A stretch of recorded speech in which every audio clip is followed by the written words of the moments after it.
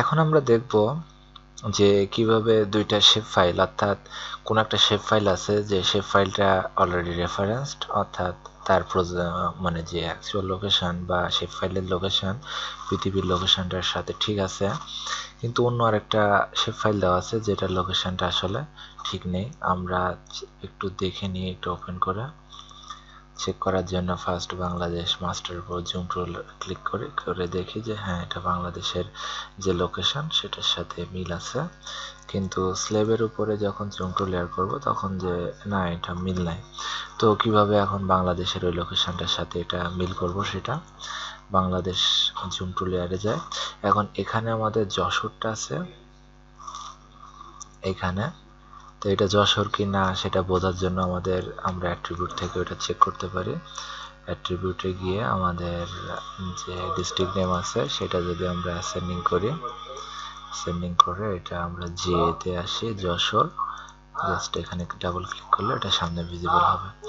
এখন যশোর যখন আমাদের সামনে আসবে, তো প্রথম আমরা যখন বারবার জুম টু লেয়ার করব তখন যশোরটা আমাদের আবার সামনে আনতে কয়েকটা কার্সার ঘোরাতে হবে।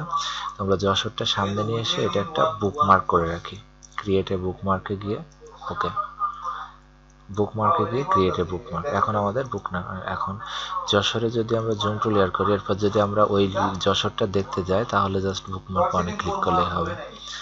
তো আমাদের যেহেতু এটা স্পেশাল অ্যাডজাস্টমেন্ট দিয়েই রেফারেন্স করতে হবে, কারণ আমরা আগেই জানি যে একটা ভেক্টর ফাইল যদি আমরা রেফারেন্স করতে যাই তাহলে আমাদের অবশ্যই স্পেশাল অ্যাডজাস্টমেন্ট টুলটা ব্যবহার করতে হবে।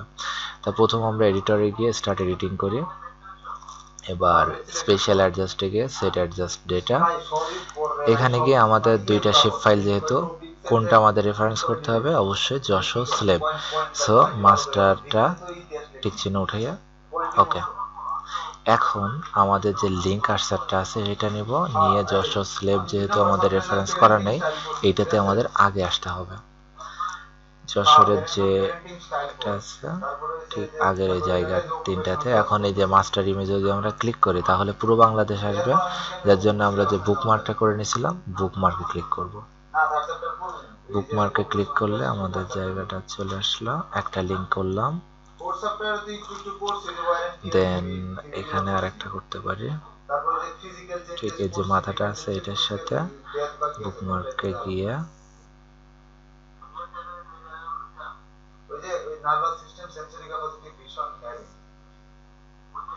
এটা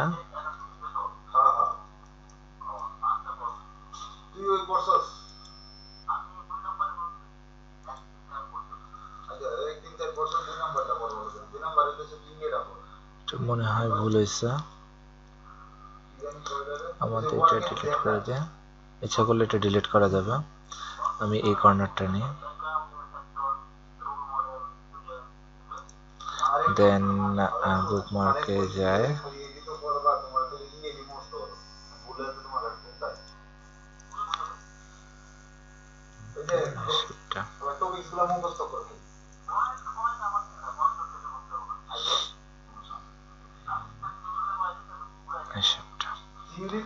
দেন জুম টু লেয়ার, আমাদের সেটা কর্নারটা বুকমার্কে গিয়ে বুকমার্ক, দেন এখানে কর্নারটা। অ্যাটলিস্ট তিনটা পয়েন্ট আমাদের কানেক্টেড হলে দেখবো যে সেট অ্যাডজাস্টটা ভিজিবল হবে। এবার আমাদের অ্যাডজাস্টমেন্ট প্রিভিউতে যাই, অ্যাডজাস্টমেন্ট প্রিভিউতে গেলে আমরা দেখতে পাবো যে আসলে এটা অ্যাডজাস্ট হবে কিনা। ওকে, তারপরে এখান থেকে অ্যাডজাস্ট, তো অ্যাডজাস্ট দিলে এখন দেখা যাচ্ছে যে আমাদের এই যে শেপ ফাইলটা চলে আসছে। এখন আমরা আর কালারটা চেঞ্জ করে দিই, এর কালারটা ব্ল্যাক কালার করে দিই, তাহলে সহজে বুঝতে পারবো যে এটা আমাদের এর উপরে অ্যাডজাস্ট হয়ে গেছে। এবার এডিটরে গিয়ে এটা সেভ এডিটস এবং এটা স্টপ করে দিলে এটা আমাদের রেফারেন্স কমপ্লিটেড।